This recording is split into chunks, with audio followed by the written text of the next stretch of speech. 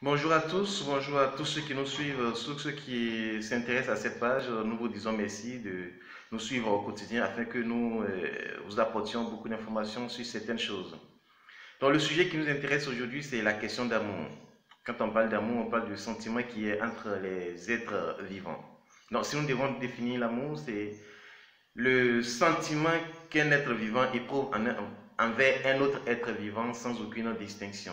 Ici, on emploie le terme être vivant parce que les animaux, les oiseaux, les hommes et les insectes sont eux aussi capables d'aimer. Donc, on ne parle pas typiquement des êtres humains, on parle en général, en global, des êtres vivants. Donc, qu'est-ce que cet amour-là? C'est le fait qu'un être vivant soit capable d'accepter un autre être vivant dans son fort intérieur, de vivre avec cet être vivant sans aucune barrière, sans aucune distinction, sans aucune différenciation de taille, de race, de religion ou de pays, de quoi que ce soit d'autre. Donc c'est de cet amour-là que nous voulons parler ici aujourd'hui. Donc cet amour, seul Dieu, les enfants et principalement le chien peuvent vivre cet amour. Pourquoi? Parce que le Dieu tel qu'il nous a créés selon les différentes religions ne fait aucune distinction entre nous, que tu sois une bonne personne, que tu sois un voleur, que tu sois une mauvaise personne. Dieu il t'aime tel que tu es. Quand on prend le cas aussi des animaux, je parle principalement du chien. Un chien, par exemple, avec qui vous vivez dans la même maison, si ce chien a fait une bêtise que vous le frappiez, ou que vous le grondiez, vous verrez que le chien va s'éloigner pour une question de peur, mais dans 10 minutes plus tard, ce chien reviendra vers vous en ayant la tête abaissée, la queue entre les jambes, entre les pattes arrière, pour venir vers vous en signe de pardon, en signe de plaidoirie. Quant aux enfants également, comme on l'a dit, les enfants, quoi qu'ils fassent, si vous les grondez, si vous les frappez, bon, pour ceux qui frappent sur des enfants, vous verrez que cet enfant va s'éloigner, mais au bout de 5 à 10 minutes, l'enfant va revenir toujours vers vous en signe de pardon, en signe de soumission.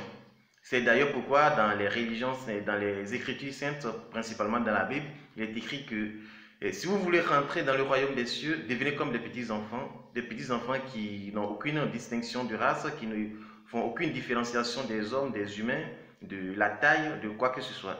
Parce que ce sont des êtres qui sont amour tout simplement. Même avec les enfants, vous constaterez que même dans leur environnement d'amusement, chaque fois que les enfants se rassemblent, qu'ils s'amusent, vous pouvez, en toutes les 30 minutes, chaque une heure, vous allez entendre des bruits, des pleurs. Mais cet enfant, dès qu'il arrive à la maison, qu'il explique à son parent, il va retourner immédiatement pour aller continuer ce qu'il faisait avec des amis, sans même penser à ce qui vient de se passer. Il a carrément oublié ce qui s'est déjà passé. Il n'a rien en cœur. L'amusement continue comme si rien ne s'est passé. Pourquoi les humains, les grandes personnes, pardon, ne sont pas capables de vivre de cette façon? Parce que nous avons appris ce qu'on appelle la rancune, que nous avons appris au quotidien, nous ne sommes pas nés avec, et nous n'avons pas appris à pardonner. Sinon, les enfants, eux, ils peuvent pardonner plus facilement, mais les grandes personnes ne sont pas capables de le faire. C'est ce qui crée la différence entre nous et les enfants. Et même avec nos propres amis, la personne avec qui nous disons que nous sommes très intimes, nous constaterons qu'au bout de quelques temps, notre intimité là va se disloquer pour céder la place à la haine. Alors, il est très difficile pour les hommes, les humains, particulièrement des grandes personnes, de vivre cet amour inconditionnel que Dieu a envers nous, que Dieu nous aime tel que nous sommes sans aucune barrière, sans aucune distinction.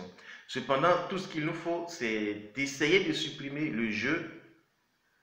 Le jeu et le moi. Le pronom personnel jeu nous fatigue beaucoup. Il faudrait que nous essayions de parler en termes de nous. Pourquoi les adultes sont incapables de vivre cet amour? Pourquoi les grandes personnes sont incapables de vivre cet amour? Alors, c'est la question que nous allons essayer de répondre. Les grandes personnes sont incapables de vivre cet amour parce qu'ils ont des attentes bien définies l'un envers l'autre, que ce soit au niveau de la camaraderie, au niveau des parents quand on grandit, au niveau des relations de couple. Toutes nos relations sont basées sur des questions d'échange ou d'attente. Principalement, les deux axes d'échange ou d'attente sont le sexe et le matériel.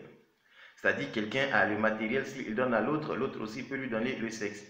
ça va dans les deux sens, que ce soit chez un homme ou chez une femme, dans les deux sens, ça marche. Alors, pourquoi nous n'arrivons pas à nous entendre en tant que des adultes? Comme je l'ai dit, c'est parce que nous avons des attentes envers l'autre. Nous attendons que l'autre fasse quelque chose pour que nous aussi, nous puissions faire quelque chose et ainsi, nous pouvons nous entendre.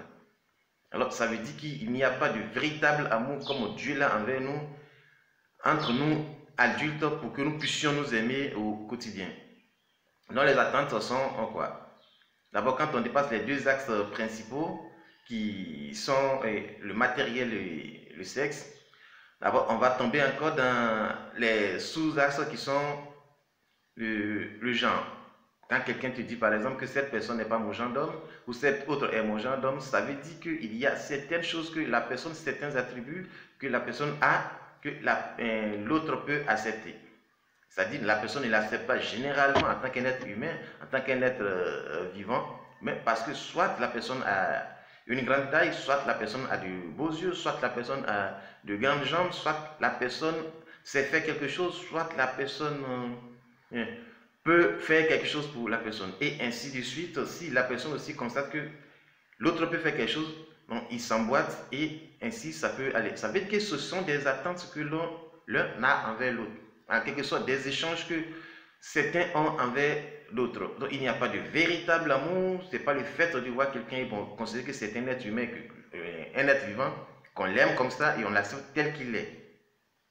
C'est pourquoi d'ailleurs dans les relations, dès le début, on essaie de cacher les mauvaises parties, les mauvaises choses que nous avons et essaie de correspondre à l'opinion générale. Quand je dis essaie de correspondre à l'opinion générale, c'est-à-dire il y a un standard entre les humains, il y a un standard masculin pour les filles, il y a un standard féminin pour les garçons, c'est-à-dire les garçons aiment en général un certain type de femmes, ainsi que les femmes aiment un certain type de garçons. Donc nous essayons de correspondre à ce standard-là et laisser d'abord à la maison tout ce que nous avons comme nos propres comportements.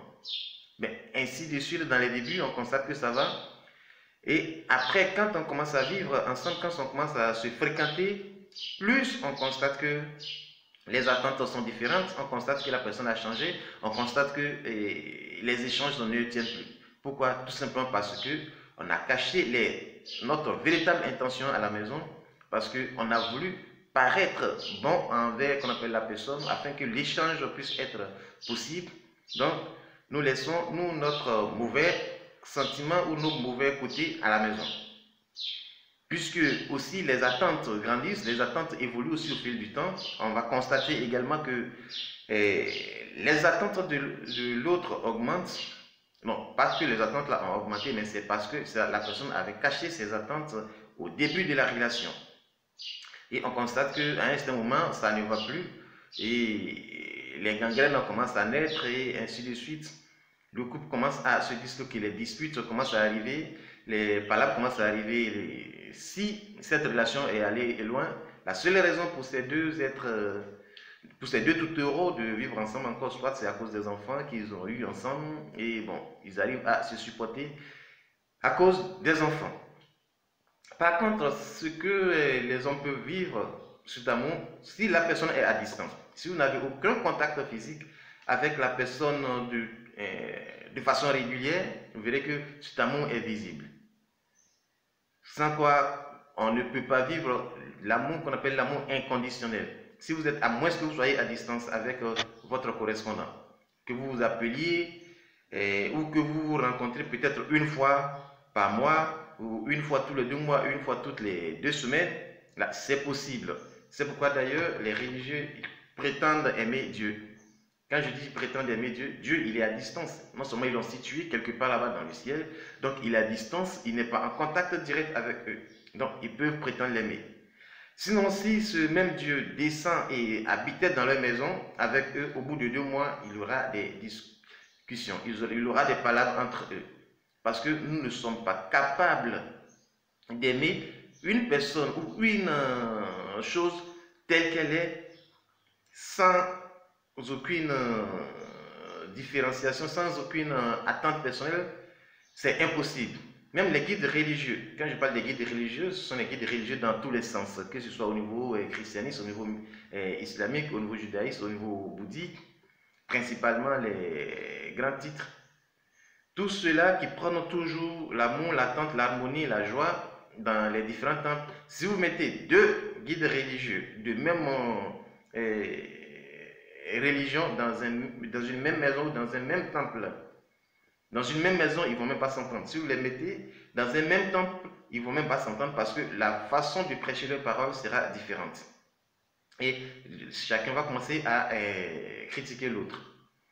Si vous, prenons un peu le cas de ceux qui habitent ensemble, des amis qui s'entendent bien, qui, quand ils vivent chez les parents, chacun chez son papa, chacun chez lui, quand ils s'appellent, ils se retrouvent dans la ville, ils s'entendent bien, ils se côtoient, ils ont de très bonnes relations bien. Constatez quand ces deux personnes vont habiter ensemble dans la même maison, au bout de 2 ou 3 mois, ces personnes-là vont commencer à se disputer parce que les attentes sont différentes. On peut aimer à distance, mais une fois qu'on vit ensemble, c'est un énorme sacrifice qu'il faut faire l'un envers l'autre afin que cette cohabitation puisse exister, puisse aller de l'avant. Il est vraiment très difficile de vivre une vie, une harmonie, sans aucune discussion comme ça, sans qu'il y ait des disputes entre nous. C'est pourquoi d'ailleurs nous vous invitons à suivre nos pages, à suivre cette page principalement pour avoir beaucoup d'informations sur ces fêtes. Donc la prochaine fois que nous ferons une vidéo, ce sera consacré principalement à comment aimer une personne ou bien comment aimer un être vivant, comment aimer son prochain sans aucune distinction, sans aucune barrière, sans aucune différenciation de race, de religion, de quoi que ce soit. Donc la prochaine vidéo sera consacrée particulièrement à ça et suivez-nous, vous verrez beaucoup.